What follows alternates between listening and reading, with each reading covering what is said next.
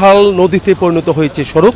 টানা বৃষ্টিতে চট্টগ্রাম শহরের সকাল থেকে আমরা দেখতে পাচ্ছি সড়কের বিভিন্ন জায়গায় জলাবদ্ধতা সৃষ্টি হয়েছে। 1 নম্বর রোড যেটি আছে পাঁচলাইশের, সেই সড়কটি দেখলে বুঝতে পারছেন যে মানুষের যে দুর্ভোগ চরম আকার ধারণ করেছে। শুধু কাতালগঞ্জ নয়, চট্টগ্রামের চকবাজার, বাকলিয়া, আগ্রাবাদ, হালিশহর সহ বেশ কিছু এলাকায় এরকম জলাবদ্ধতার সৃষ্টি হয়েছে। যা ভাষা প্রকাশ করার মতো না।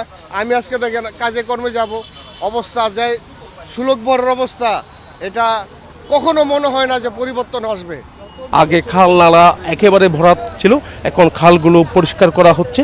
একই সাথে নালাগুলো পরিষ্কার করার জন্য সিটি কর্পোরেশন বারবার চেষ্টা করছেন।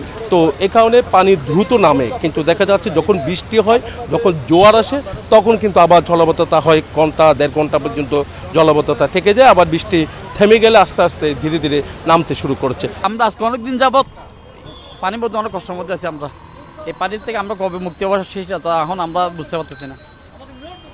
এই পানি বলে কেমনে আমরা কারেন্টে মুক্তি পাবো। তো সবই বলা যায় নগরবাসী এখনও সেই আগে যে স্মৃতি, জলাবদ্ধতা, শহর বন্ধ নগরী চট্টগ্রাম, এখনও পর্যন্ত সেই দৃশ্য কিন্তু চট্টগ্রাম শহরের কোনো না কোনো জায়গায় দেখা যাচ্ছে। বাসিন্দারা খুব কষ্টের মধ্যে আছেন। যারা চাকরিজীবী দেখতে পাচ্ছেন, তারা পানি ভেঙে কিন্তু যাচ্ছেন। একই সাথে যারা পরীক্ষার্থী থেকে শুরু করে শিক্ষার্থী যারা আছেন, তারাও কিন্তু চরম দুর্ভোগের মধ্যে